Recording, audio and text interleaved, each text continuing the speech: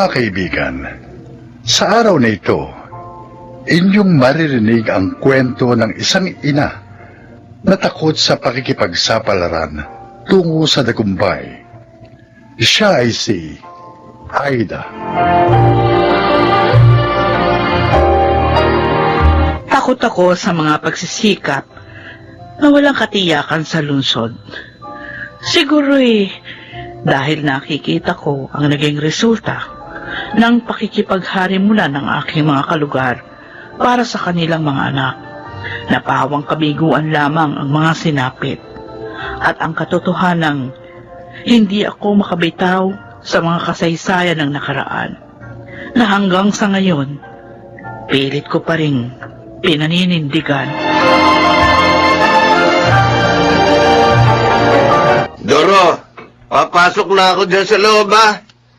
Nagluto ako ng sinapalukang manok. Kaya ito, dinalang kita na isang mangkok. Nagdala na rin ako ng kanin para kako hindi ka na magsaing.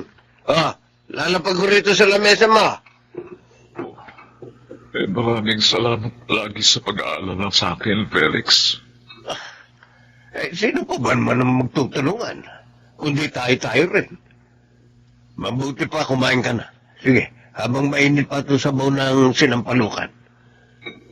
Ang totoo, pinatatamaran ko na ang buhay. Huwag kong sinasabi yan. May sarili kang lupang sinasaka. May sariling bahay na tinitirahan. Kahit paano, mapalad ka pa rin masasabi. Kung hindi siguro ilagaw sa akin ng kanyang mga pangarap ang anak ko, Felix, para akong ililibing ng buhay, kapalit ng kanyang mga ambisyon.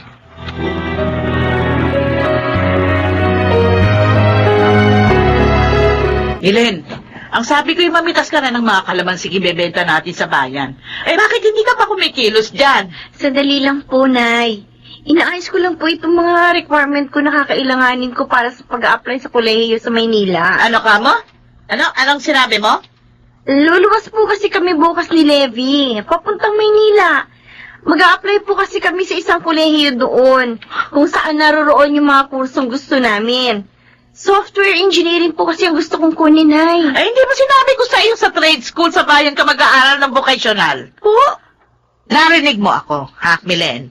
Sa trade school ka magpapa-enroll sa pasukan.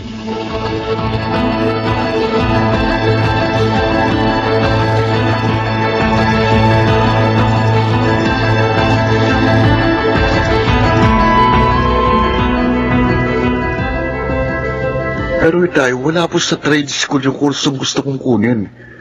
Puro maikling kurso lang pong naroon eh. Maritime course pong gusto ko. Wala akong itutustos sa kursong gusto mo. Lalo na sa ambisyon mong pag-aaral sa Maynila. Ako na po ang bahala sa sarili ko sa Maynila. Marami po akong mapapasok ang trabaho noon para maging self-supporting ako. Kaya ko pong pangalagaan ang sarili ko. Kaya payagan niyo na po ako. Pagkatapos tutubukan na rin na sungay at buntot sa pagtira mo sa Maynila. Susumagin mo na rin ako pagdating ng araw dahil matitigas na rin ang iyong mga pangangatuwiran.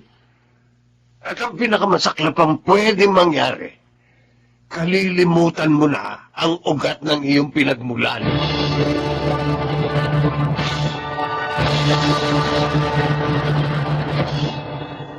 Ang gusto ni Inay, kumuha na lang ako sa trade school ng short course sa pagtatanim at pagpapalago ng mga prutas at gulay. Yan din ang ipinipilit sa akin, Itay. Maikling kurso rin sa agricultural crops production. Ang lagi nilang sinasabi, para rin daw sa magandang kinabukasan natin. Kapag napagyaman natin ang mga lupang minana pa nila sa kanilang magulang. Kung talagang gusto nilang magkaroon tayo ng magandang kinabukasan, bakit hinahadlangan nila ang mga pangarap natin? Bakit ayaw nila tayo makapag-aral ayon sa mga gusto nating makamit sa ating mga buhay? Ako, tuwing dadaan talaga tayo rito, Gloria. Nalulumo ako kapag nakikita ko ang bahay ni Doro. Pinangangatawan na nga kasi niya yung kalungkutan. Tignan mo, oh. Ang dilim sa loob ng kubo niya. mano man lang magsindi, kahit isang kandila, para naman lumiwanag siya doon sa loob. Ewan ko ba naman sa taong yan? Pati ka mo yung bukid niya. Inayaan na niya nakatiwangwang. Puro damon ligaw na nang huli ko makita. Ay, sayang na sayang yung lupa. Kung tinamnan niya yon, o di sana kasabay natin siyang aani ngayon. Ay, nawala na nga kasi siya ng gana sa buhay. Buhat nung magpunta sa Maynila yung anak niya para raw mag-aral. Kung bakit naman kasi yung bata na yon mula nung umalis, abay, hindi na nasilip ang ama. May iniwan ng cellphone number. Hindi naman makontak ni Kuya Felix. Ay, sus, talagang ganun. Palaging nagbabago ang buhay. Gayon din yung mga tao sa paligid. Pero hindi naman yung dahilan para mawalan siya ng pag-asa. Sinasayang din yung mga panahon niya. Maraming bagay pa po pwede niyang gawin, lalo na para sa sarili niya.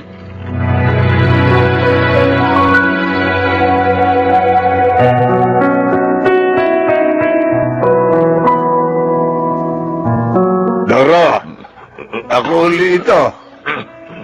Dinalan uli kita ng pagkain. Tutuloy na ako, ha?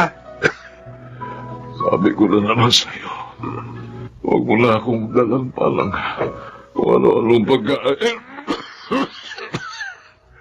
Sinusuka ko lang din kasi ang mga kinakain mo. Ayoko lang kumain dahil palang ayaw nang tanggapin ang sikmula ko. Paano nga nagpapalipas ka ng gutom?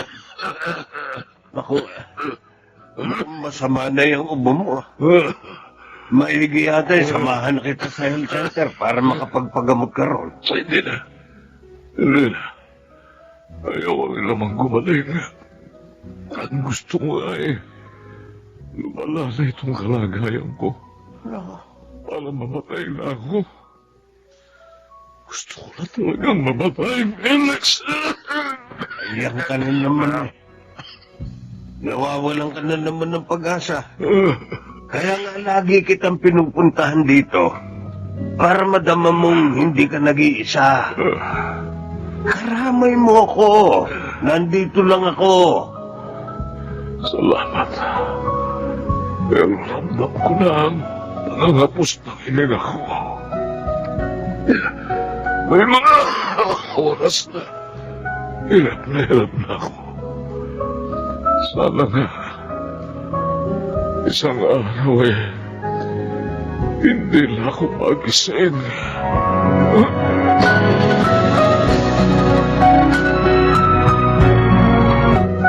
Akin na sabi yung mga papel na yan, Milen. Ibigay mo sa aking lahat. Hindi ako nagbibiro. Pupunitin ko lahat ng mga yan. At pag nagpilit kang lumuwas ng Maynila ngayon, Pero Nay naman ngayon po yung huling araw para makapag-submit kami ni Levy ng requirements doon sa universidad na pinag-a-applyan namin. Kung hindi po kami makakalumas ngayon, sayang naman po yung magandang pagkakataon na yun. sasabihan ko si Kuya Felix, hindi kayo dapat makaalis ni Levy. Nay, alam ko naman po kung ano yung kinakatakot ninyo Yung mawalan kayo ng taga-tanim at taga-ani ng mga kalamansing, sabi nyo nga, pinagkukunan natin ng kabuhayan simulat sa pool. Pero Nay, gusto ko po maging isang software engineer. Gusto ko po maranasan ang pag-unlad ng teknolohiya, ang pag-unlad ng mundo. Ako ang pakinggan mo, Milen. Ay. Dito sa lupang ito na kinatatayuan mo, nandito ang mga pangarap ko para sa iyo. Kaya huwag mong alisin sa akin ang pag-asang yun.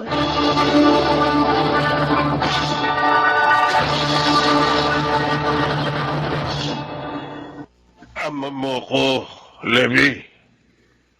Maaaring hindi mo naunawaan ang mga mararamdaman ko kapag umalis ka. Dahil mas matimbang sa iyo mga pangarap mo. Itay, kasama ko po kayo sa mga pangarap ko. Kahit kailan, hindi po ako nagplano para sa sarili ko lang. Hindi ko po pwedeng baliwalayin ang inyong mga paghihirap sa pagpapalaki sa akin. Pero, paano kung nahuwili ka na rin sa buhay lungsod? At hindi ka na bumalik din Matutulad din ako kay Doro na naiwang nag-iisa sa kanyang kubo. nagkasakit at namatay na lang sa kanyang higaan. Napakasakit isipin yun, Levy.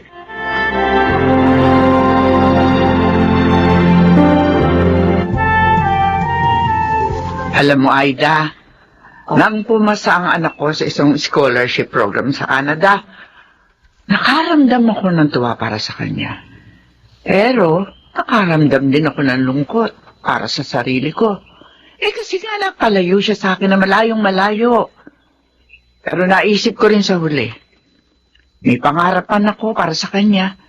May pangarap din naman siya para sa kanyang sarili. Ako'y natatakot pa rin sa maaaring kahinatnan niya sa Maynila. Lalo na't babae siya. Pero dapat din natin tanggapin, hindi tugma ang mga pangarap natin para sa ating mga anak, Aida. Kailangan nating kilalanin ang mga gusto nilang marating sa kani-kanilang mga buhay. Hayaan nating mahanap nila ang mga sarili nila.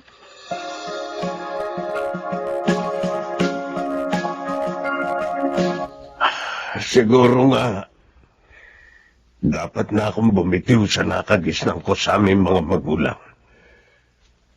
Nasa lupa lang na ito umiikot ang buhay. Nalimutan kung maaaring dito man magsimula ang iyong mga pangarap.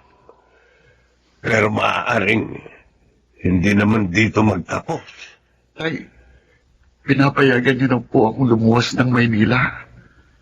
Oo. May extension pa naman doon sa ina-applyan yung Universidad ni Milen, di ba? Opo. Kaya makakahabol pa po kami ni Melen. Sige. Bukas ng umaga, ihahatid namin kayo ng Tiyang Aida mo sa terminal ng bus na papaluwas ng Maynila. Maraming salamat po, Itay. Pangako, wala pong magbabago sa pagitan ng mga pangarap ko at pagmamahal ko sa inyo. Para po sa ating dalawang lahat ng pagsisikap na gagawin ko.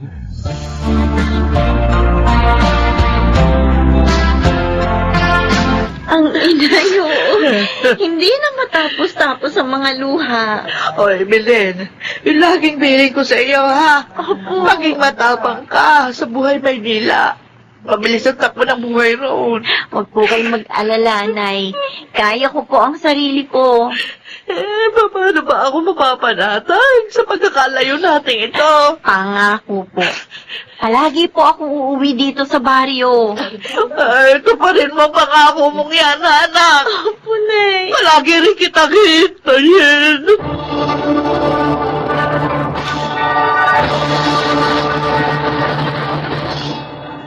Sino nga ba ang hindi sumusubok sa buhay na walang katiyakan? Pero ang tiyak, lahat tayo ay may pangarap para sa ating mga mahal sa buhay. At dapat nating tingnan ang mas malawak na mundo para sa ating mga anak.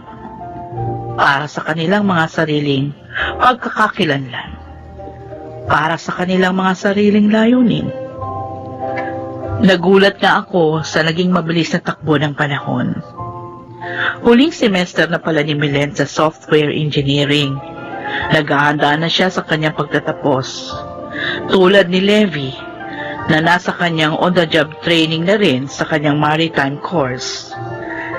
Ngayon ko nauunawaan ang kahalagahan ng kaisahan ng damdamin ng isang magulang at ng isang anak sa pagtupad ng mga layunin. Ako si Aida, at ito ang aking buhay. Ang mga pangarap ang nagtutulak sa atin upang humubog ng isang buhay na may direksyon dahil sa kagandahan ng mga ito. Nagsisimula ang isang magandang kinabukasan. Mga nagsiganap, Chiquit del Carmen Amor, Susan Robles, Lionel Benjamin, Phil Cruz, June Ligaspi, at Rosana Villegas sa papel na Aida. Naglapat ng angkop na tunog, Jenny Mutiang, sa musika, Buboy Salonga, supervisyong teknikal, Eric Lucero at Bong Muyar. Creative Consultant, Phil Cruz, Production Assistant, Ching Cruz. Ito'y mula sa panulat ni Sel Barlam, sa direksyon June Martin Legaspi at Maynard Landicho Jr. Ito ang aking buhay.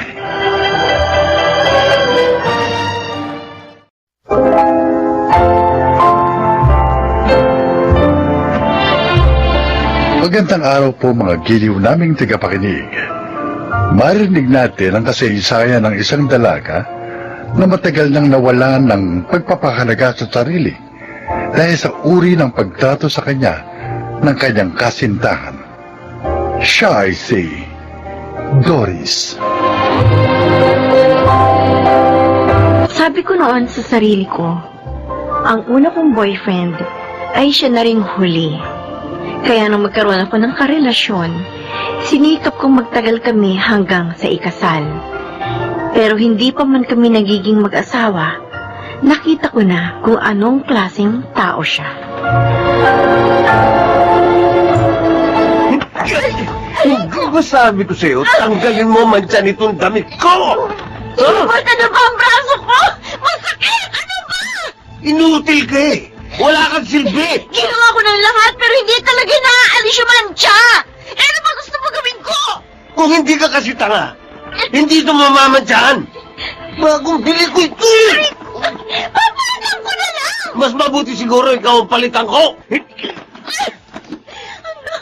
Hubert naman, wag! Sawang-sawa na ako sa relasyon na to. Wala ka namang pakinabang eh! Wag, Hubert, wag. Nagmamakaawa ako. Huwag mo ko'y iwan. Gagawin ko lahat. Pangako, bibilang kita ng bagong puno. Yung kagaya niyan mismo. Huwag mo lang akong iwan. Siguruhin mo lang ha? Ha? Namumuro ka na sa akin! Oo, Hubert. Huwag mo lang akong iwan. Sabi ko naman sa'yo, hindi ba?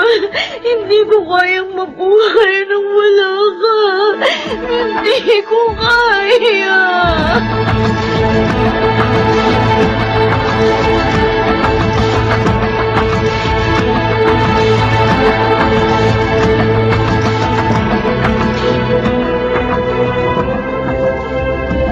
Uuwi ka rito para manghiram ng pera?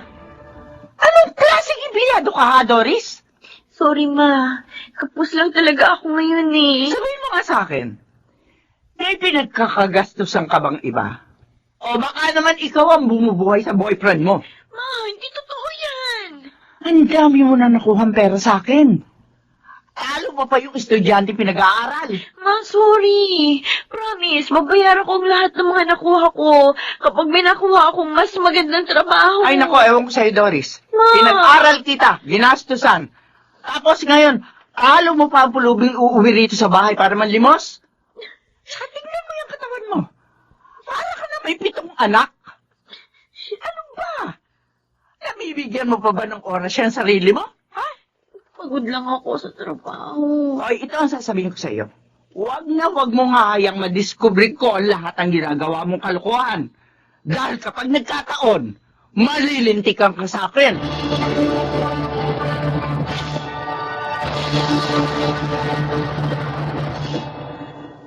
Happy anniversary, mahal. Ayos ah! Pasensya ka na. Ito lang ang kinaya ko. Na-surprise nga ako eh. Talaga? Asa regalo ko? Eto. Siyempre may regalo ka. Hindi Oo. pwedeng wala. Bubuksan ko na ah. Sige. Okay. Bah, uy, yung paborito kong polo. Uy, may bonus po. Ano ito? Relo? Oo. Salamat, mahal. Mahal na mahal kita. Oh, tara na. Kaya na tayo. Sige. Mukhang masarap to ah. Ako? Hubert, Mm. 7 taon na tayo magkasintahan. Mm. Hindi ba tayo magpapakasal?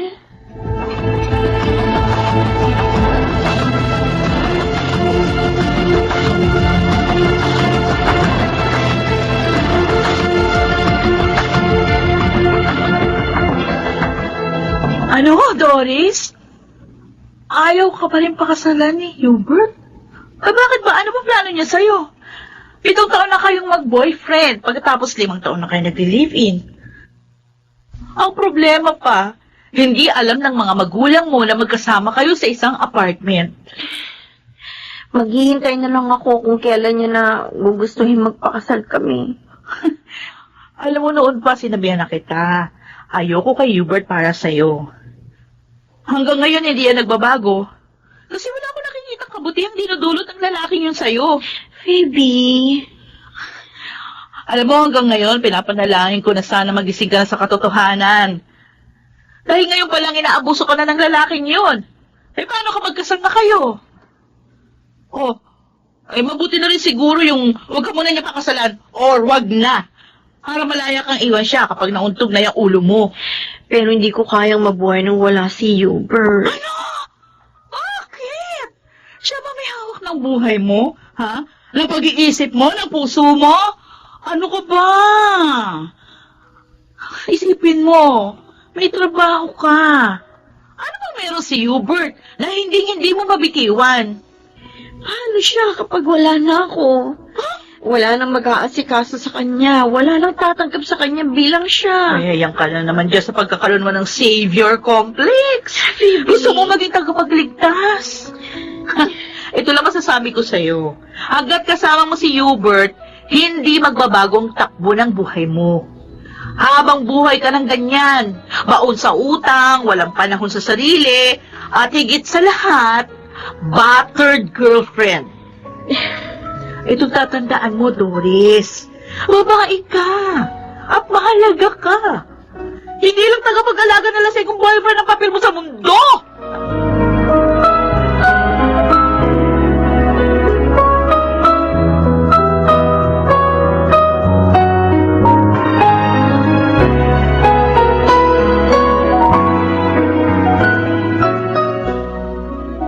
Bigyan mo nga ang pera. Dito nang inam ko eh. Wala na akong extra pera, Hubert Pambayad na natin ito sa renta nitong apartment. Bigyan mo muna sa akin yung pambayad. Ako na bahala sa renta rito. Sisweldo naman ako bukas makalawa. Pero, Hubert, Ayaw mo? dalawang buwan na tayo hindi nakakabayad Pangatlo na ngayon.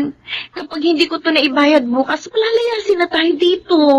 Ibibigay mo sa akin o hindi?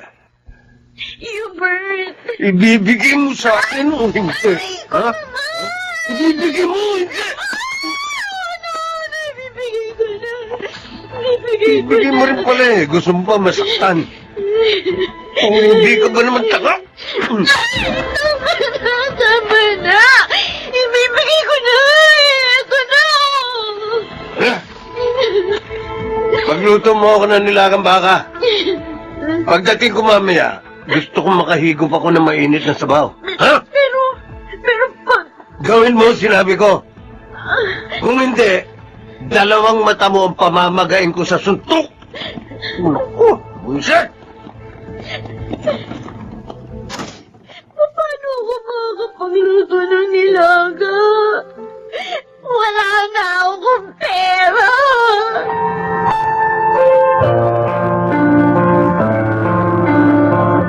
Pasensya ka na, Ian, ha? Ikaw kasi yung pinakamalapit ang workplace sa apartment ko. Anong gagawin mo sa pera? Saka, bakit may pasaka na naman? Wala to. Sinaktan ka naman ba ni Hubert?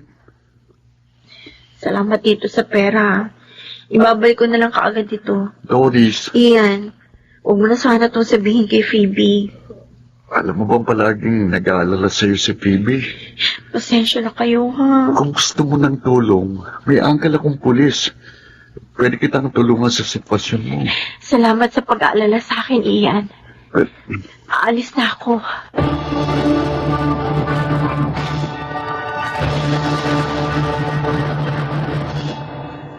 Bakit naman pinahiram mo pala pera, Ian? Naawa ako eh. Ibibigay niya lang yon kay Hubert. Ipang susugal o kaya naman pang iinom. Phoebe, kailangan natin tulungan si Doris. Baka kapag pinabayaan natin siya, mamalayan na lang natin. Malamig na siyang bangkay. Matigas kasi ulo niya. Ayaw niyang iwan si Hubert. Hayaan mo siya para makita niyang hinahanap niya. Pagod na ako ng kapapangaral sa kanya eh. Hindi naman siya nakikinig sa akin. Pero hindi natin siya pwedeng pabayaan. Sino to, ha? Sino tong kachat mong ito? Di ba sabi ko sa'yo, huwag mong pakikialaman ng cellphone ko? Sino sabi ko eh? Huwag mo ko sisigon! Niloloko mo ako! May iba kang babae! Oo! May iba akong babae. O bakit? May magagawa ka? Ha? Noon pa kita gustong hiwalayan. Pero ikaw itong kapito ko. Sawa-sawa na ako sa'yo. Ako ang bumubuhay sa'yo! Tapos ito pa ikagati mo sa akin! Ginagamit mo lang ako! Tama si Bibi! Dapat noong bakit naman na kita! Doris! Ano tayo mahabog? Pagod na ako sa'yo! Akala mo ba, hindi ko kaya lumaban, ha? Doris! Tinitiis ko lang ang lahat dahil mahal kita! Sandali! Pero sumusobra ka na! Sumusobra ka na! Doris!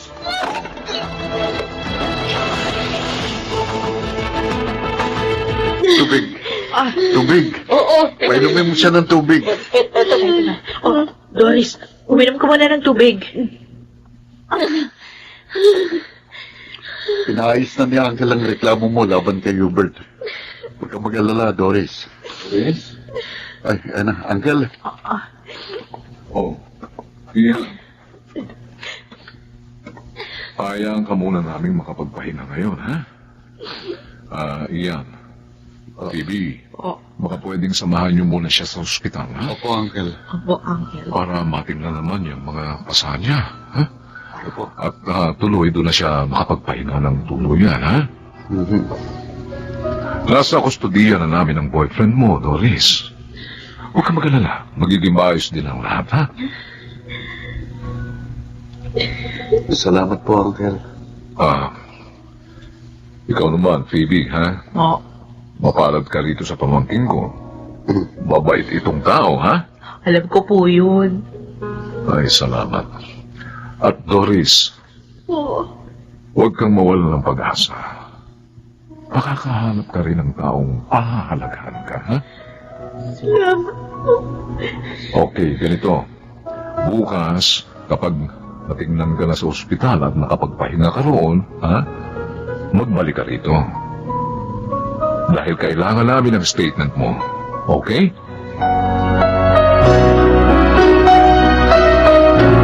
Ay, sa wakas.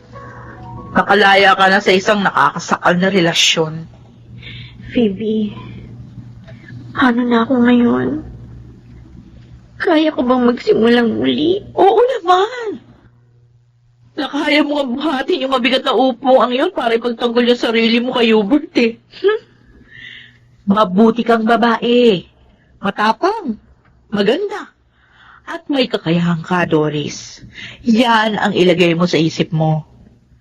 Hindi ka karapat dapat tratuhin na parang basura.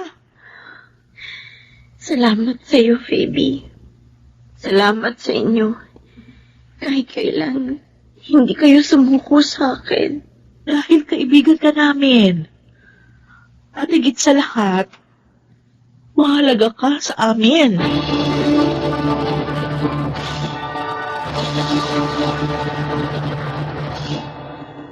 Doon ko napagtantong tama si Phoebe. Kaya ko mabuhay na wala si Hubert dahil hindi siya ang kumukontrol ng buhay ko. Ngayon, bagamat wala pa akong sariling pamilya, ginagawa ko ang lahat para maibahagi ang leksyong natutunan ko sa aking karanasan. Nang sa ganon, gaya ko, makalaya rin ang mga babaeng kakilala ko sa isang maling relasyon. Ako po si Doris, at ito ang aking buhay. Ang babae at lalaki ay ginawa ng Panginoon na magkaagapay sa lahat ng bagay. Kung kaya hindi maaaring tratuhin ng sino mang lalaki ang isang babae na mas mababa sa kanya.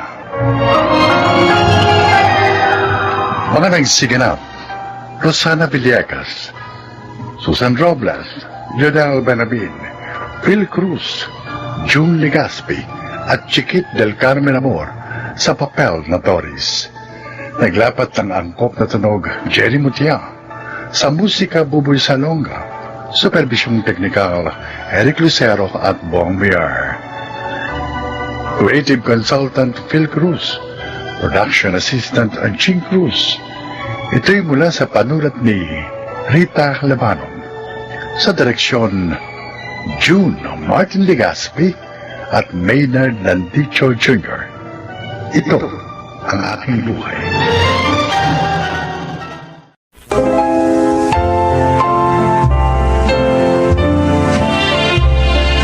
Mga kaibigan, sa araw na ito, maririnig ninyo ang kwento ng isang ina na hanggang ngayon ay pinagdaraanan pa rin ang pagdadalamhati ng masakit na pagsubok na sumukat din sa kanyang katatagan sa huli.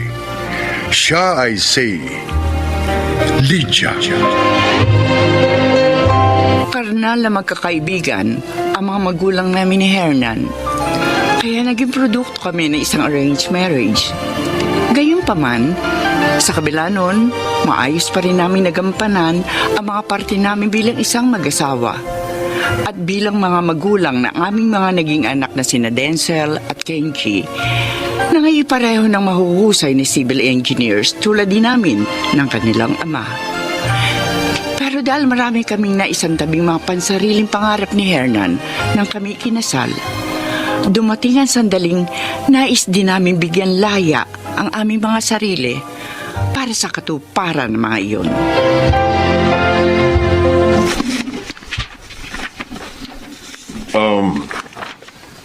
Pwede ba kitang maabala sa pagre-review mo sa mga plano ng susunod niyong proyekto, Lydia?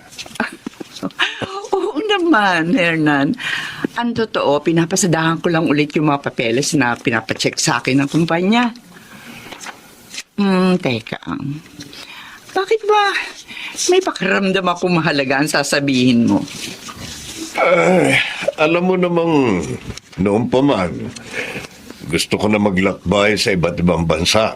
Pero siyempre, kung saan ako makakakita ng opportunity para ma-practice ko pa ang profesyon ko para maging productive pa rin ako, doon ako mamamalagi. Sure, Hernan. Karapatan mo yun. Oh, kailan ang plano mong pag-alis?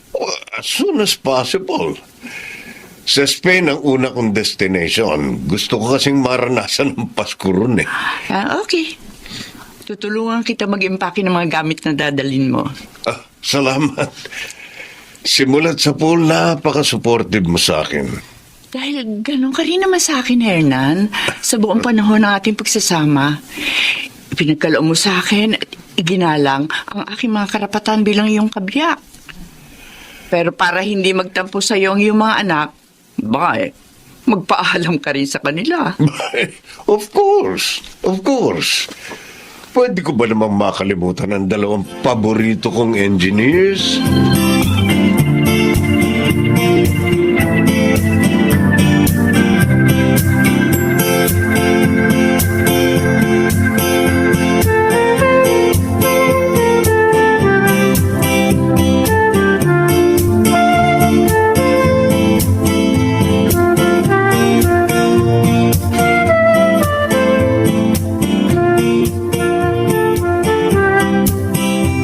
Maganda nga kasi ang naging pagsusunuran nilang mag-asawa simulat sa Paul.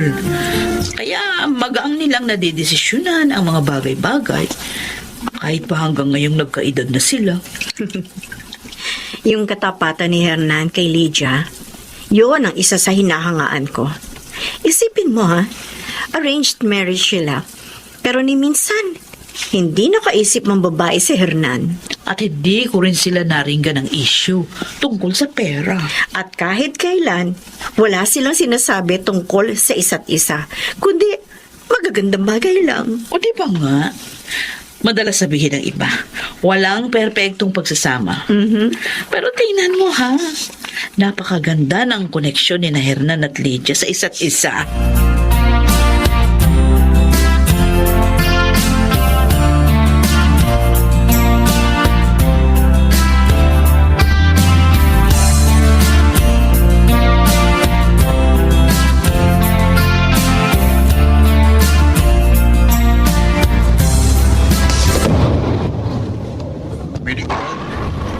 Huling laro na pala natin ng bowling to. Aalis ka na sa Makalawa. So, hindi pala namin kayo makakasama sa Pasko, Dad. Oh, kayo naman. Sa tandaan niyong yan, ilang Pasko na ba tayo magkakasama? Payakap na, Dad. Kasi nga, kapag nasa malayo ka na, hindi na kita mayayakap. At hindi mo na rin ako mayayakap. Yeah, Eh, pwede pa. Wala namang mga ganyang salita. Para ka namamaalam na eh. O why? Hindi ba pagpapaalam naman talaga ang pagkikita natin ito? Dahil aalis nga si Daddy. Ewan ko sa'yo. Lahat dinadaan mo sa biro. Para sabihin ko sa'yo, sa buong buhay natin bilang magkakapatid, ayoko yung pagbibiro mo ngayon. Eh, Diyan ka na nga. Hey, Kenji. Anak, hindi pa tayo tapos magbanding ng kuya mo. Halika rito.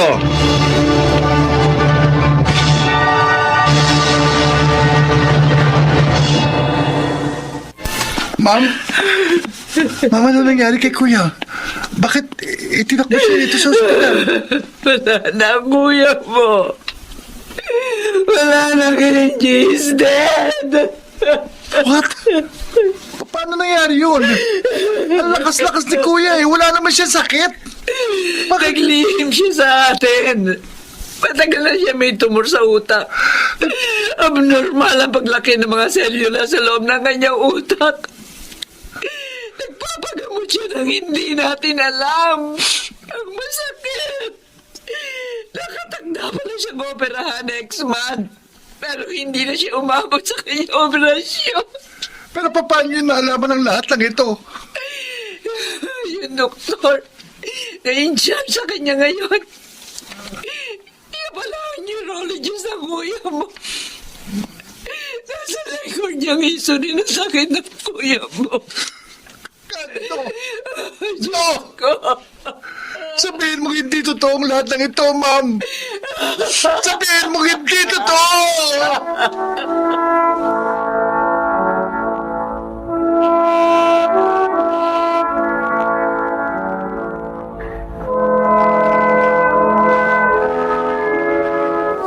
I'm sorry. Wala ako riyan sa mga panahong kailangan niyo ko. Nailagak na namin ang mga abonidensels sa kolumbaryo. Pero ang iniisip ko naman ngayon, si Kenji. Oh, what about Kenji? Positive si Kenji sa T-cell lymphoma. What? Anong klaseng sakit yun? Isang uri ng cancer na inaatake ang lymph nodes. Lalo na kapag may infeksyon ng pasyente. Ang masakit na rare form pa ng T-cell lymphoma ang tumama sa ating anak. Oh, God!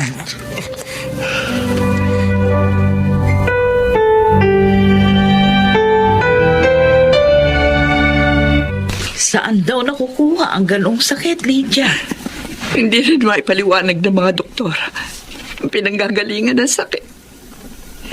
Kung hindi pa nga lumabas ang pamamaga ng mga mata ng anak ko, hindi ko malalaman sa resulta na rin ng mga laboratory test. Naooperahan ba ang sakit ni Kenji? Early stage pa lang naman daw.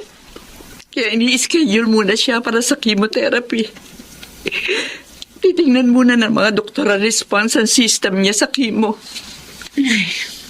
Ang mahalaga, curable pa rin ang sakit ni Kenji. Malaki pa ang chance na gumaling siya.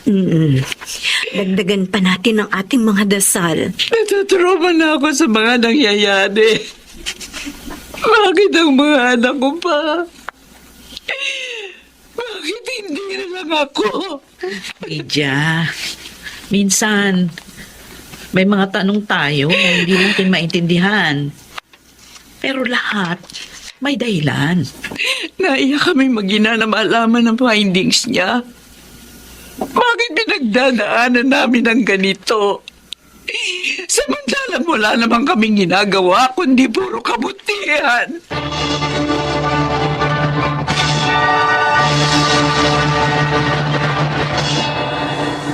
Paging Dr. Rosario, please proceed to the emergency room right now. Hindi pa ako lalabas ng ospital. Mataas. At pabalik-balik pa rin ang lagnat mo. Nainip na ako dito. Gusto ko nang pumasok sa trabaho. Kaya tambak na sa office desk ko ang mga didesign kong transportation projects. May mga laboratory test pa tayo nahihintayin ng mga resulta. Ano sasabihin ng doktor? Kailangan natin sumunod. Ma'am, mamamatay din ba ako? Kaya ni Kuya. Huwag. Huwag mo sabihin yan. Magkaiba kayo ng sakit ng kuya mo. Gagaling ka pa. Basta lahat ng medication, susundin natin. Lahat ng posibleng paraan. Hihilingin natin sa mga doktor.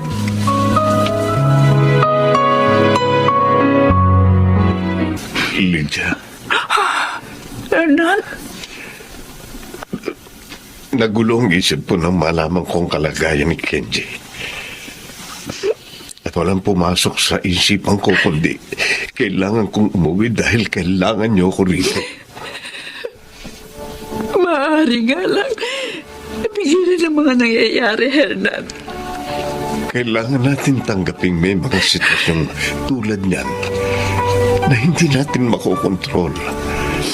Araw-araw. Wala pa sa pagkamatay ni Denzel. At sa pagkakasakit ngayon ni Kenji. Nakatuon ako sa mga bagay na may magagawa pa tayo.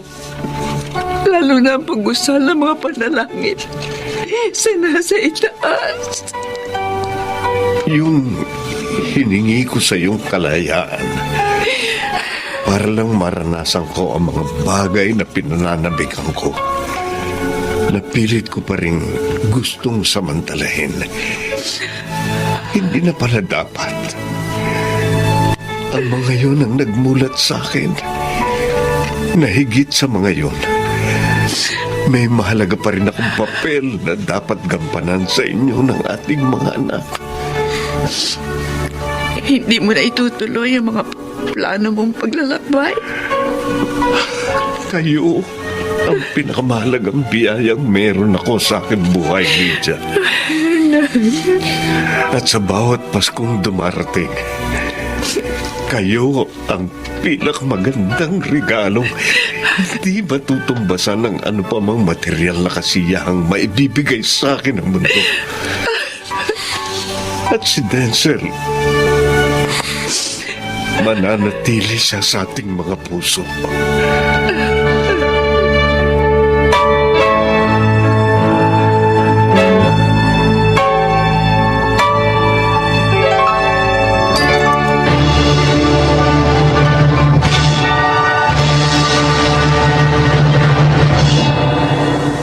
Masakit mawala ng anak. Lalo pat nakasama mo na ito na matagal sa loob ng maraming taon. Pero ano nga ba magagawa natin sa mga sitwasyong hindi naman natin makokontrol? Sabi nga, may dahilan ng lahat.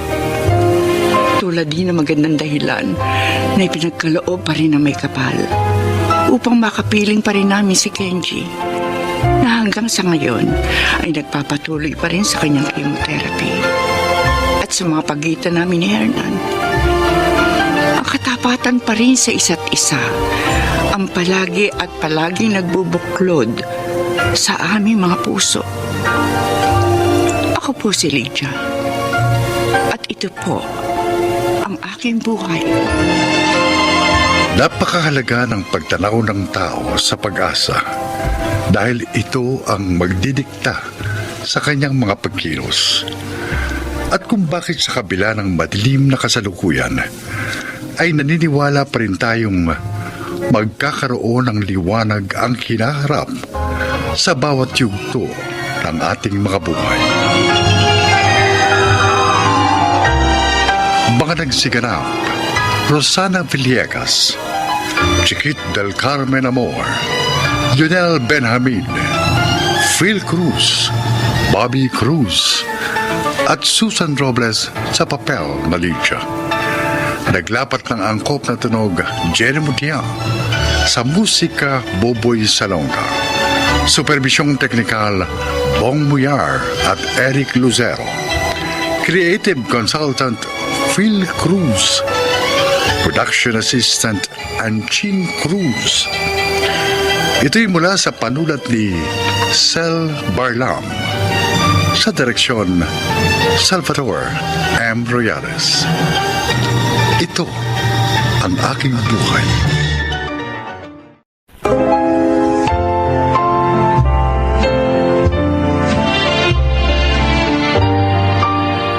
Mga kaibigan, pakinggan po natin ngayon ang isa pang natatanging kasaysayan na ilalahad sa atin ni Rhea.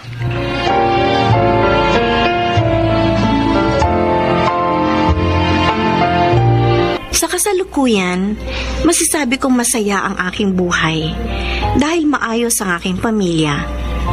Pareho kaming may magandang trabaho ng aking asawa at malayo sa anumang karamdaman. Gayon din ang aming 2 anak. Ang ibabahagi ko sa inyo ngayon ay ang dahilan kung paano ako nakarating sa kung saan man ako naroroon ngayon. At naway, ito ay kapulutan ninyo ng aral. Narito po ang aking kwento.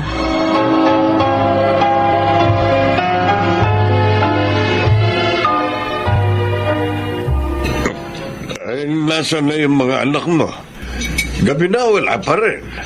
Nasa computer shop si Paolo. May ginagawang project. Baka mamaya pa yun matapos. May research kasi tinatapos yung si Kuya Paolo, Tay. Tapos si Ate Rhea naman, may... Nay! Oh! Tay! Ayan na pala si Ate Rhea. Nay! Tay, Mayet! Dean's lister na naman ako! Ako talaga? Salamat sa Diyos! Ang galing-galing mo talaga, Ate! Ibig sabihin, 100% ang scholarship ko sa susunod na school year, Nay!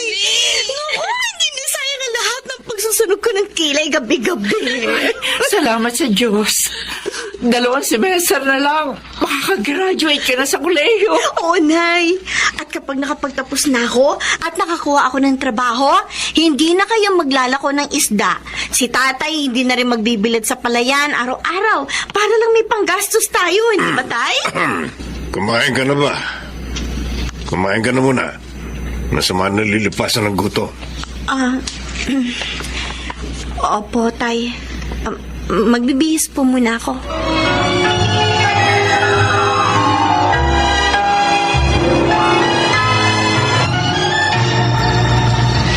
Rhea?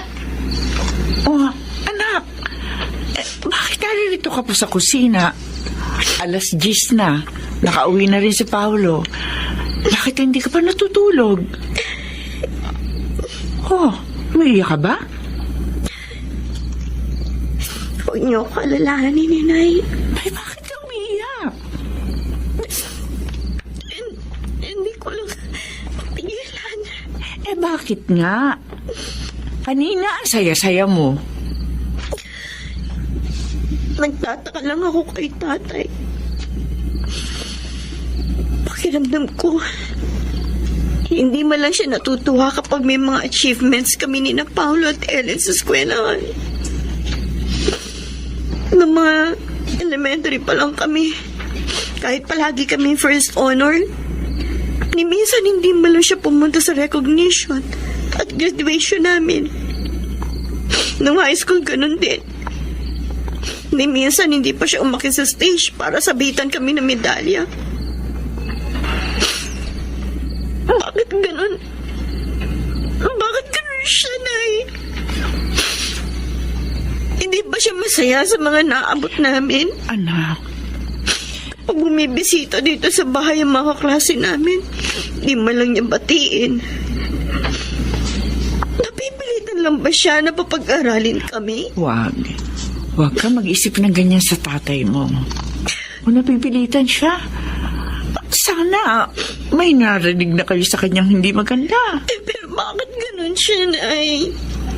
Bakit parang wala wala naman sa kanyang halaga ang mga munting tagumpay namin ni Paolo. Bakit, Nay?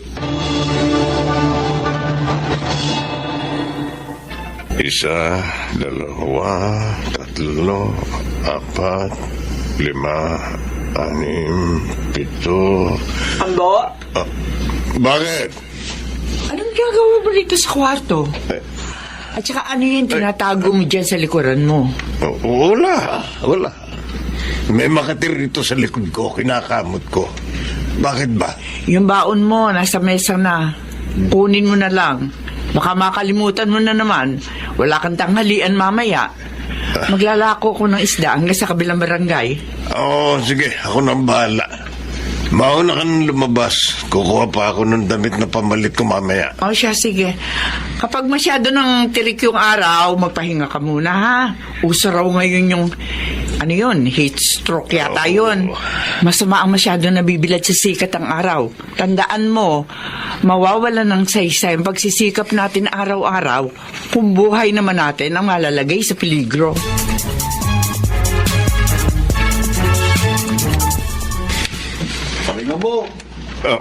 Sila paring munding ito. Mga kaibigan niya, nagiinuman na naman.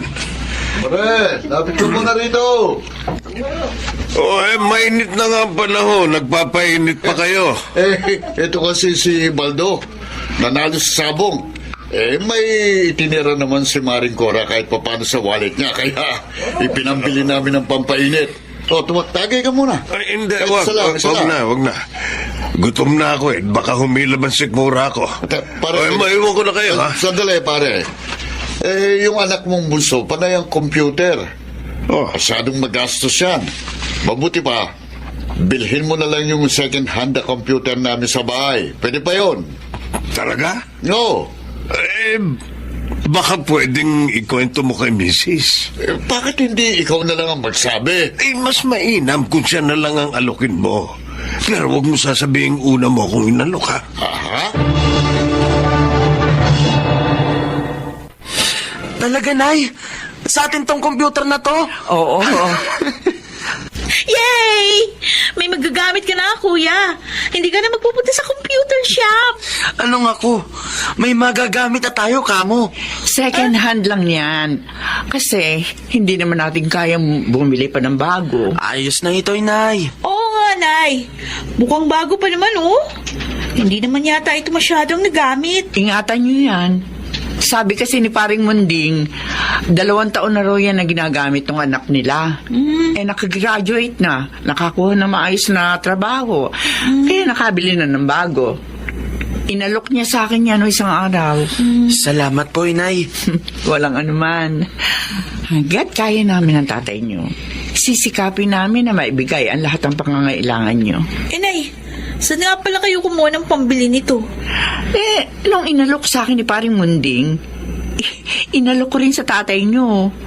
Buti na lang may konting ipon pa siya. Alam nyo naman ng tatay nyo, gusto niya lahat ng kailangan nyo na ibibigay.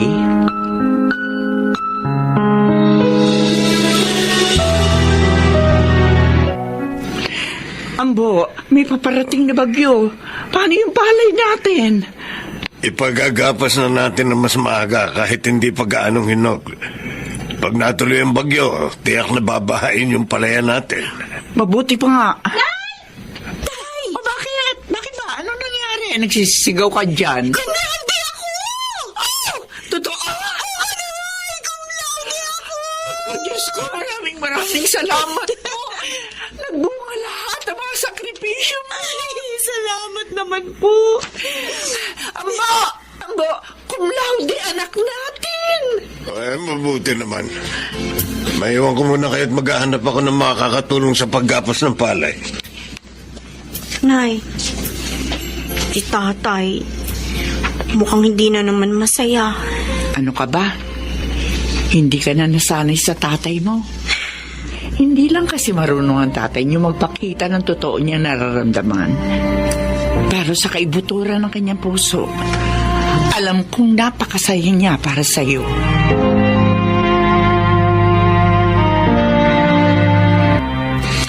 Congrats, ate. Gagraduate ka na. At cum laude pa.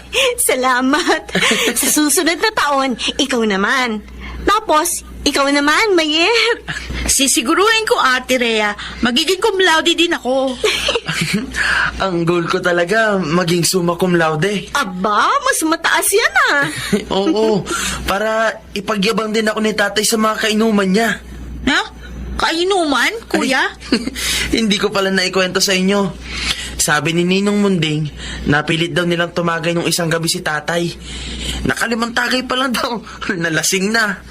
At take note ha, wala raw ibang bukang bibig kundi ikaw, ate. Ipinagyayabang daw sa kanila na may anak siyang makakagraduate na sa kolehiyo, tapos cum laude pa. Ha? Iniisa-isa pa nga ang mga award mo mula nung elementarya ka eh. Pati yung mga sinalihan mong contest dati. Talaga? Sabi ko na maluluha ka eh. Kanina nga, naluluha rin ako nung ikinuwento ni Ninong yan. Paolo? Tama si nanay. Hindi lang talaga marunong si tatay na mag-express ang nararamdaman niya. Pero ang lahat ng mga maliliit at malalaki nating tagumpay, itinatago niya sa puso niya. Sabi nga, di ba, kung ano ang laman ng puso, siya ang lumalabas sa bibig ng tao.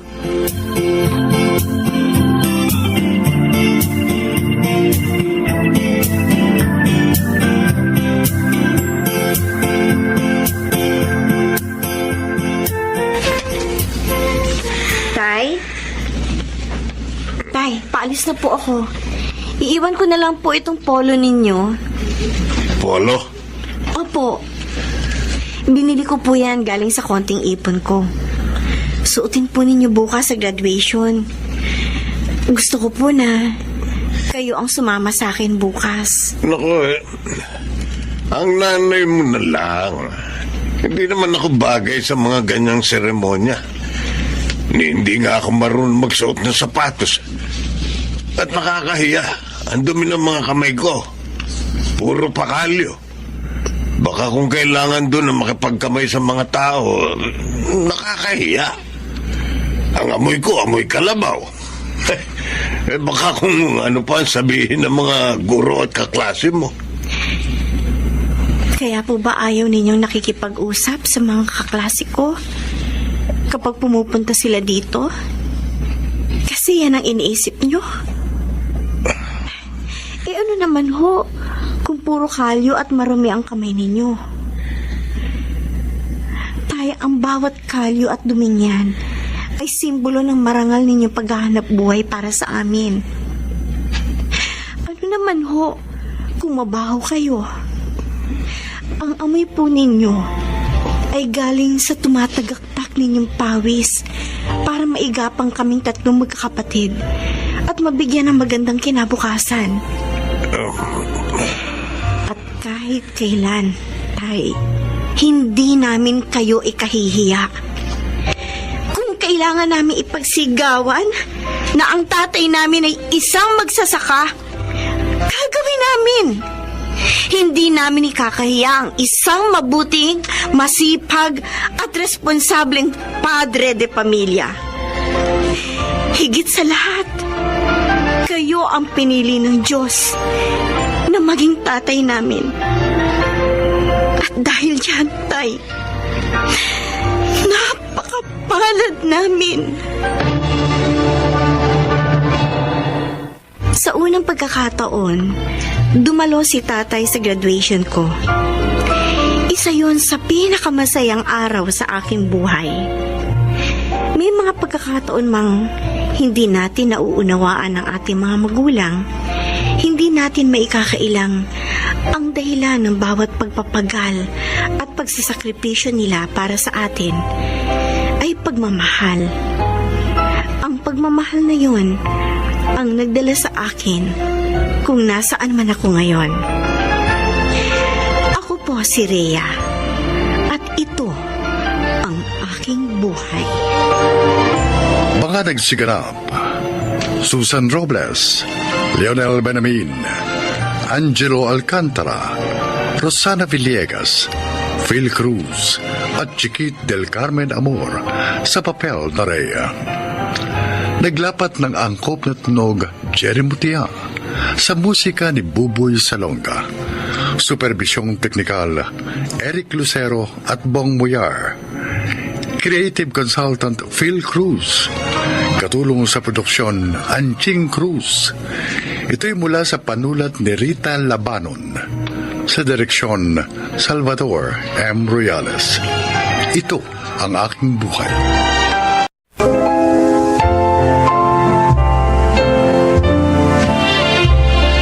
Mga kaibigan, isa na naman pong kwento ang inyong maririnig at kapupulutan nyo ng aral sa buhay. At ito ay ang kasaysayan ni Clara.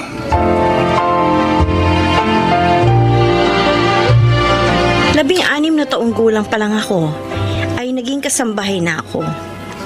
Ako kasi ang panganay sa aming magkakapatid, at siyang naging katuwang ni inay nang pumanaw si Itay. Dahil sa trabaho ko, nakatapos ng kolehiyo ang dalawa kong kapatid. Marami na ako naging amo, mga mababait naman, kaya lang sila yung sa abroad na nanirahan. Kaya nitong huli ay napunta ako kina Ma'am Elenita. Pakinggan po ninyo ang aking paglalahad. Oh, Clara, ayos na ba sa'yo ang silid mong to? Opo, Ma'am. Ang ganda nga po eh. Salamat po. Buti naman nagustuhan mo. Kaibigan ng kapatid kong si Jimmy ang pinsan mo si Kaloy. Kaya naman ayoko mapahiya sa kanya. Ako rin po, Ma'am.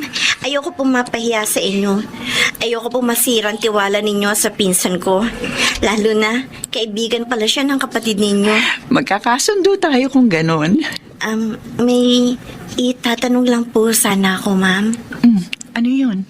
Yung babae po sa sala, kamag-anak niyo po ba siya? Hindi. Yan si Neneng. Katulong din siya rito. Mahigit 100 taon na. Katulong din pala. Bakit ang sama kung makatingin?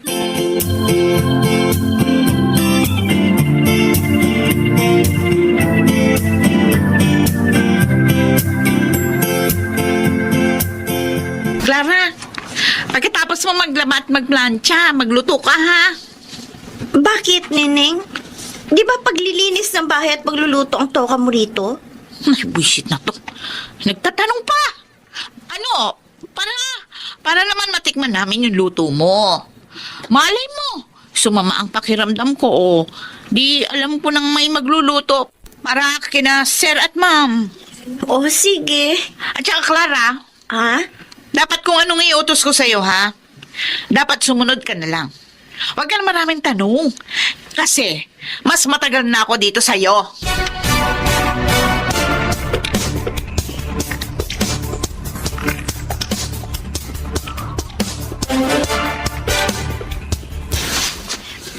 Tawag niyo raw po ako, Sir Teddy. Oo, Clara.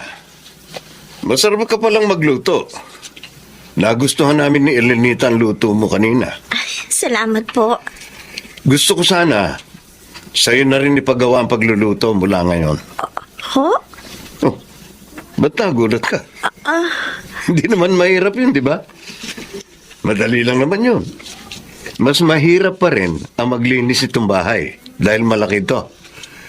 Kaya ikaw na lang ang magluto para naman gumaan ang trabaho ni Neneng.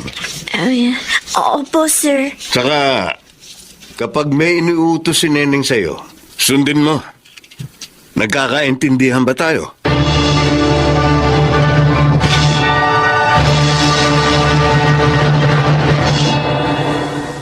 Ay, salamat. Nakatapos din ako ng mga trabaho ko. Si Neneng naman kasi, umaabuso. Inutusan pa ako maglinis ng bahay samantalang trabaho naman niya yun. Namimihasa, porket inaayunan siya ng amo naming lalaki. Mukhang siya magiging problema ko rito ah. Si Ma'am Elenita naman mabait eh. Pahinga na nga lang sa kwarto ko. Baka makita pa ako dito ni Neneng. Utusan na naman ako. Aba, ano itong natatanong ko sa bintana? Si Neneng? At si Sir Teddy? Naghahalikan sa garden? Oh, Diyos ko. May relasyon sila. Kaya pala pala. Kaya pala ang lakas ng loob ni Neneng na tratuin ako ng hindi maganda dahil may relasyon sila ni Sir Teddy. Uy, kawawa naman si Ma'am Elenita. May kapansanan na nga. Niloloko pa nila.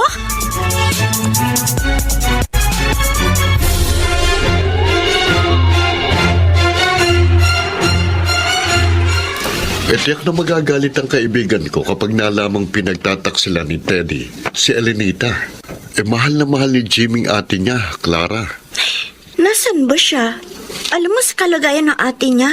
Dapat narito siya eh. Ilang taon na siyang nasa abroad na nagtatrabaho. Pero pauwi na siya. Tatawagan ko siya para malaman niyang lahat. Teka, paano naman ang gagawin ko? Sasabihin ko ba kay Ma'am Elenita ang lahat? Huwag na. Kasi baka hindi ka paniwalaan ni Elenita eh. Laban sa kanila.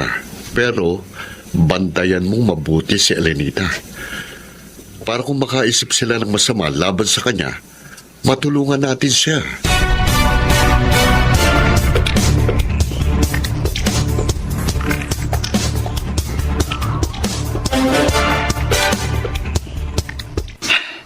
Ang sarap mo talaga magluto, Clara. Ay, ang dami ko nakain. Mabuti naman po, ma'am. At nagugustuhan ninyo yung mga luto ko. Ang totoo niyan, mas masarap ka magluto kay Neneng. Mas masipag ka pa. Eh siya kasi tamad. Alam niyo po yun, ma'am. Oo.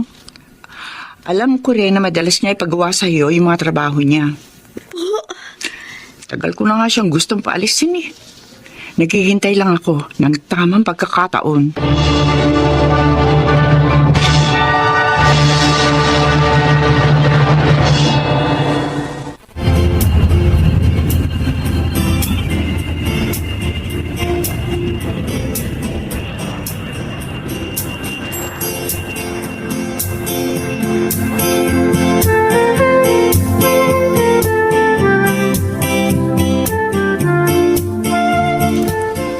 Nagustuhan niyo ba ng pamangkin ko ang pasalubong ko, ate? Ay, oo, Jimmy. Oo. Tuwan-tuwa nga si Tenny. Pero, mas natutuwa ako. Dahil ngayon narito ka na. May kakampi na kami ng anak ko. Ate? Si Teddy. Patagal niya na ako pinagtataksilan. Siguro dahil hindi ko na siya mapaligaya. Dahil hanggang ngayon, hindi pa rin ako magaling sa pagka-paralyze ko. At ang lalo pang masakit sa akin, pati katulong namin si Neneng, pinatulan niya. Alam mo na pala ang tungkol doon. Alam mo rin? Paano mo nalaman?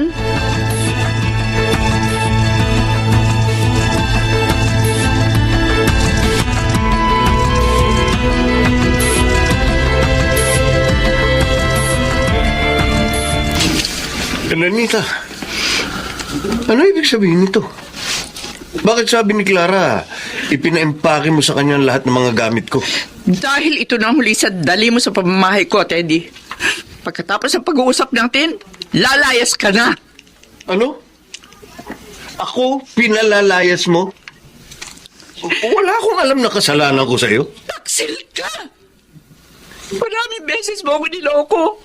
Pero nagpasensya ako dahil gusto ko manatiling buo ang ating pamilya. Kaso hindi ka naman nagbago. Pati si Neneng, pinatulan mo. Hindi totoo yan. Narito sa cellphone ko. Nariyan ang lahat ng larawan nyo. Kaya hindi ka na makapagsisinungaling. Napakasama mo, Teddy. Ah, Nagawa mo pa ito sa panahong higit kang kailangan ng kapatid ko. Elenita, patawarin mo ako. Natukso lang ako. Dahil na rin sa pagkukulang mo sa akin. Gago! Kahit ano pa sabihin mo, wala ka na sa katwiran. Sinayang mo ang pagmamahal ko sa'yo.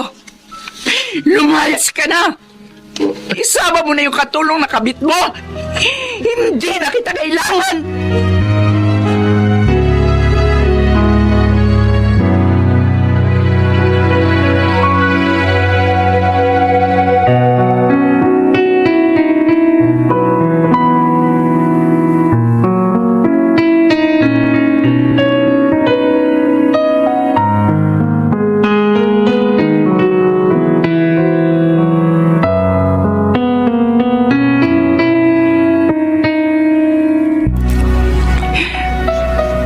Salamat sa pagmamalasakit mo sa akin, Clara, ha? Sa pagprotekta mo sa amin ng anak ko. Lalo na nung wala pa rito sa bansa si Jimmy. Amo ko po kayo, ma'am. At mabait pa. May kapansanan na nga kayo. Lulukuhin pa. Kaya naawa po ako sa inyo. Matagal nang alam ni ating lahat. Talagang hinintay lang niyang makauwi ako dito. Sinayang na lalaking iyon ang pagmamahal at pagtulong ko sa kanya para umasenso. Makakalimutan mo rin siya, ate. Ang mahalaga, malaya ka na ngayon sa kanya at hindi ka na niya masasaktan. Tama po si Sir Jimmy, ma'am. Clara, pwede bang mula ngayon, ate na lang ang itawag mo sa akin? Kasi dahil sa kabutihan mo, hindi na iba ang turing ko sa'yo. Po? Oo nga naman, Clara. Sa akin naman, Jimmy na lang itawag mo. Total, ilang taon lang naman ang tanda ko sa'yo eh. Kayo ang bahala. Ate Elenita, Jimmy.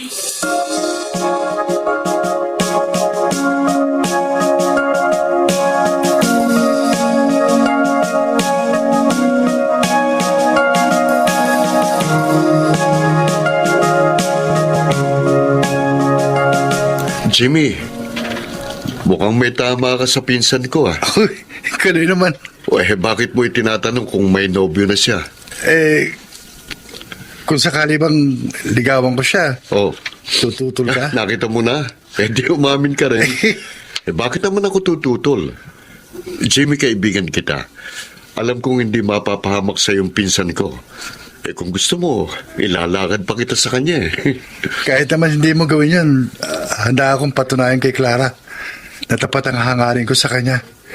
Pero siyempre, mas matutuwa ako kung tutulungan mo ako.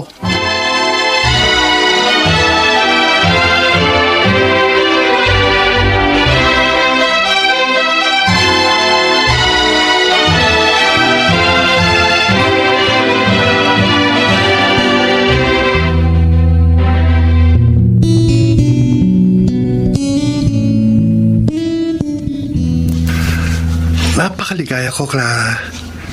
Dahil nakatitiyak ako na magiging isang mabuting kapiyak ang aking pinakasalan. Lalo ako maligaya, Jimmy. Dahil tinanggap mo ko. Kahit katulong lang ako. Hindi hadlang sa pag-ibig ang pagkakaiba ng kalagayan sa buhay ng dalawang nagmamahalan. Akalain ko bang sa haba ng panahon ng pagiging katulong ko, kapatid pala ng amo ko ang mapapangasawa ko. Ang aking Mr. Right.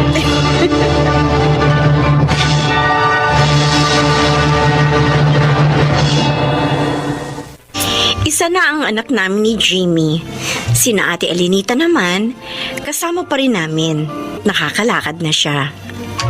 Sana po ay inyong naibigan at kinapulutan ng aral ang aking kasaysayan. Ako po, si Clara, at ito ang aking buhay. Lahat ng kaapihan ay may katapat na katarungan at ang lahat ng kabutihan ay may gantimpalang nakalaan.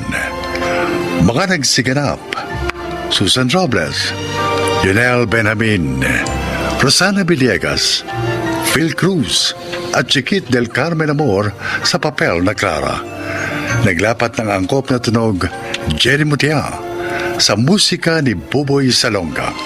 Supervisyong teknikal Eric Lucero at Bong Muyar. Creative Consultant Phil Cruz.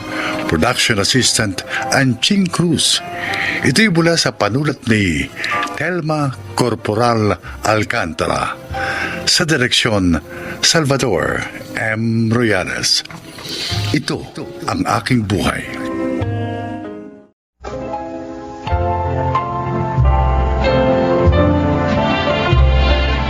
Magandang araw po mga giliw naming tagapakinig.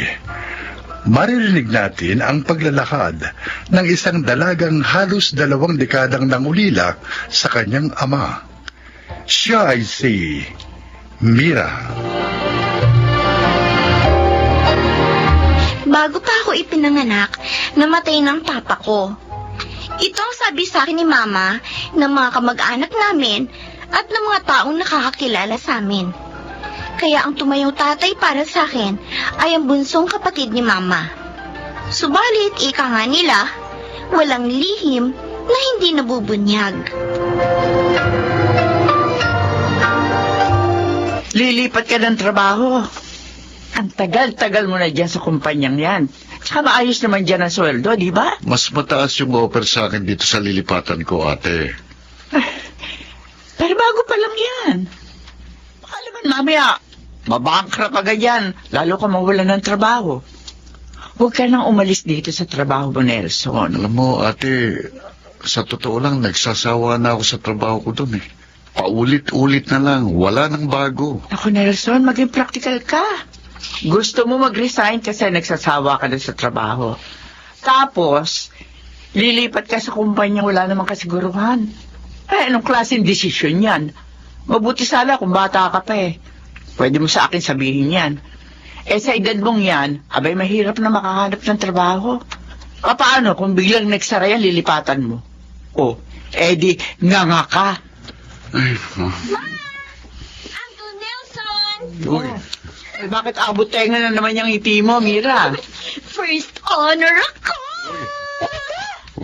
napakagaling talaga ng Mira ko. Thank you, Uncle! Kailan ang recognition nyo? Next week, Ma! Uncle, ha? Oh, Sabi mo, kapag honor student ako, ibibili mo ako ng bike. ay walang problema, kahit motor pa. Anong motor? Sa bisikleta nga, ninenervous na ako kapag sumasama yan sa iyo sa malayo. Motor pa kaya? Joke lang, ate. Pero kailan mo ako ibibili, Uncle? Pagkababa mo ng pagkababa sa stage, ibibigay ko na sa yung bago mong bike. Yes!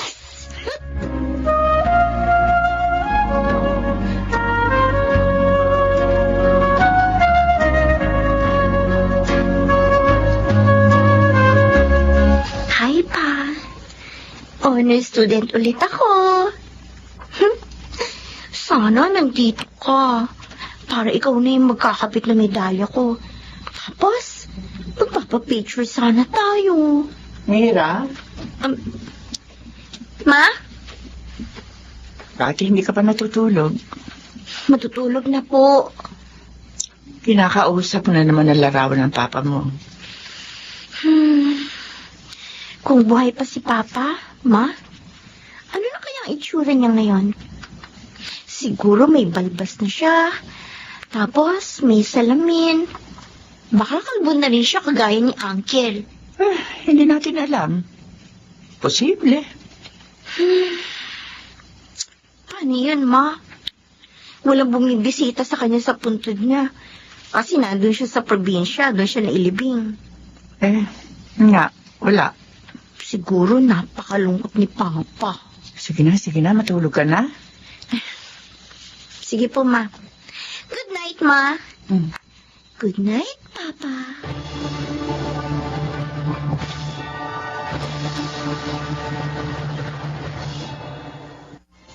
Oy, Annabel. Kanina ka pa parang natutulala dyan. Bakit ba? Carmi, Ano? Bakit? naalala ko lang si Gaspar. Sus, napakatagal na siyang wala. Naalala mo pa rin? Hindi ko rin maiwasang isipin minsan. Kung kumusta na ba siya? Kung ano na ba ang tsura niya? Malamang matanda na rin yun. Wala ka na bang balita sa kanya? Wala na. Hindi na rin kumukontak sa akin yung kapatid niya eh. Baka patay na. Sa tingin mo? Di ba? May riot din na nangyayari sa mga bilangguan. Paano kung bigla na lang siyang magpakita dito? Anong gagawin mo? Hindi ko alam. Hindi ko talaga alam kung anong gagawin ko.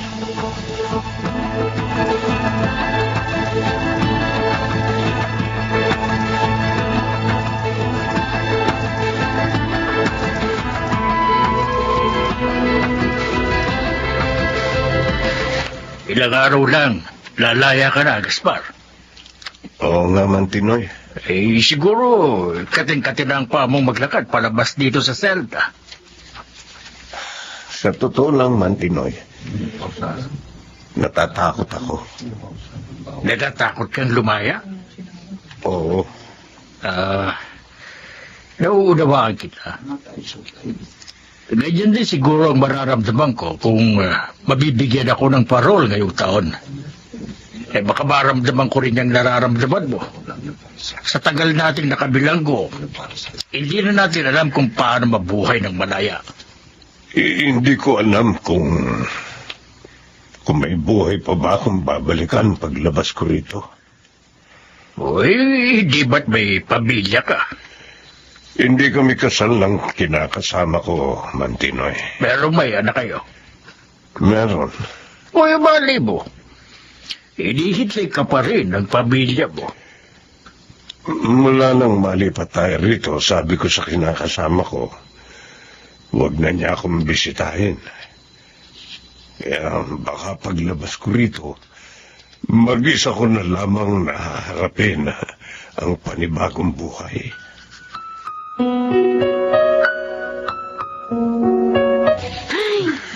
Nakakapagod. Bantayan mo tong bike ko, ha.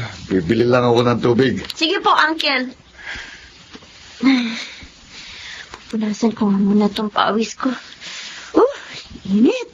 Ineng, Ho? Bakit po? alam mo ba kung saan itong address na to? Patingin nga po. Eh. Doon po to sa may amin. Diretsuhin niyo lang po itong kalsadang ito. Tapos may makikita kayong maliit na iskinita doon sa kaliwa. Yun, doon kayo pumasok. Marami pong bahay sa compound na yun. Ay, salamat. Sino po bang hinahanap niyo? Baka kilala ko. Wala na. Dire-diretso na siya. Mira. Itong tubig. Sino ba tinatanong mo? Yun ang lalaki. Sinong lalaki? Iyan o. May hinahanap na address. Iruro ko dun sa may compound natin.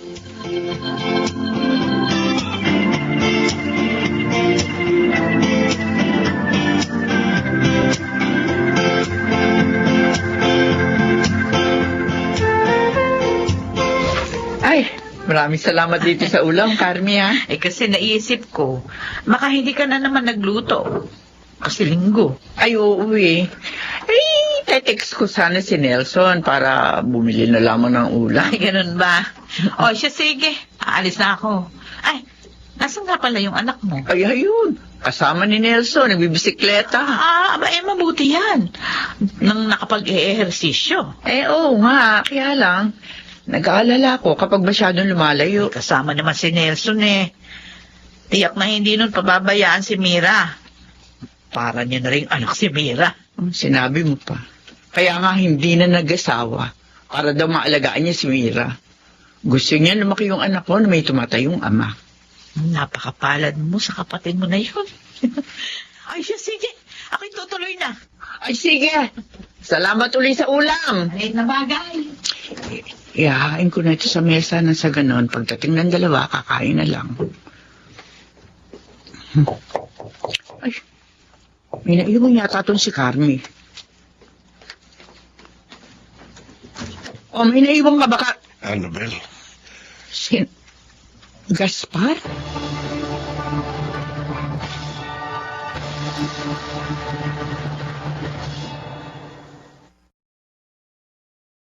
Nagsusuri. Napakatagal ko inilihip sa'yo. Totoo. Mira. Uncle, anong sinasabi ni Mama? Makinig ka. Gusto ko namin protektahan at gusto namin lumaki ka ng maayos. Kaya namin nagawa ito. Ayaw namin na makatanggap ka ng pangungutya mula sa mga tao. Kaya minabuti naming ilim sa iyong tungkol sa papa mo. Hindi ko kayo maintindihan eh. Mira, Mira, siya ang papa mo. Hindi ba Hindi. Buhay siya.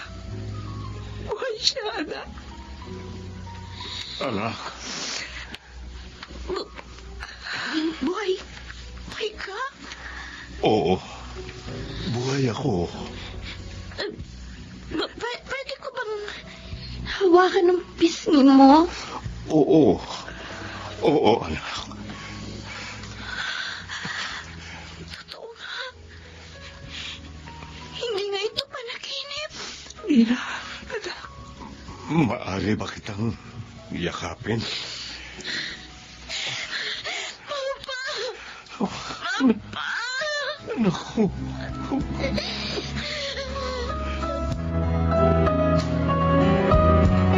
Mira! Kakain na! Ma? Ma! Oh, bakit? Si Papa! Kasama na aking Nelson mo. Bakit ba?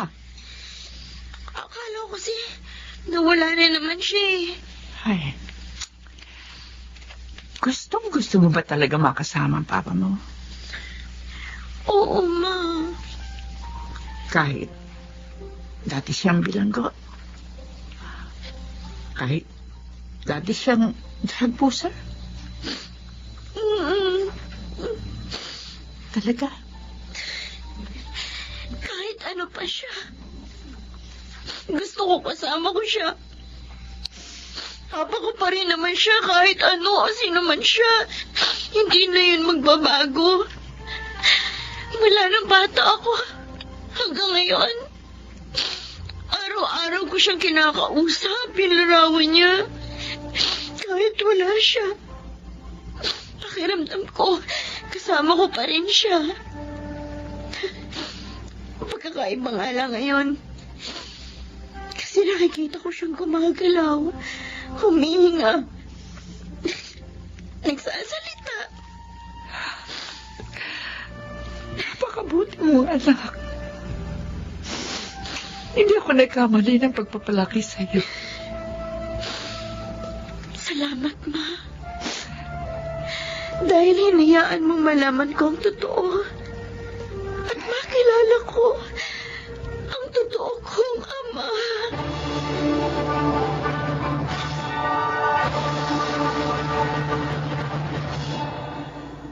Kung sa iba, masakit malaman ang katotohanan. Para sa akin, napakasayang malaman na buhay pa ang totoo kong ama. Nang panahong yun, pakiramdam ko, nahanap ko ang nawawalang bahagi ng aking pagkatao. Ako po si Mira, at ito ang aking buhay. Madalas, masakit tanggapin ang katotohanan. Ngunit, wika nga sa kasabihan, the truth will set you free. Mga nagsiganap, Lionel Benamin, Susan Robles, Maynard Landicho Jr., Phil Cruz, Rosana Villegas, at Chiquit del Carmen Amor sa papel na Mira. Naglapat ng angkop na tunog, Jerry Mutia, sa musika Buboy Salonga, supervisyong teknikal, Eric Lucero at Bong Muyar. Creative consultant, Phil Cruz. Production assistant, Anching Cruz. Ito'y mula sa panulat ni Rita Labaron. Sa direksyon, June Martin Ligaspi at Maynard Landicho Jr. Ito ang aking buhay.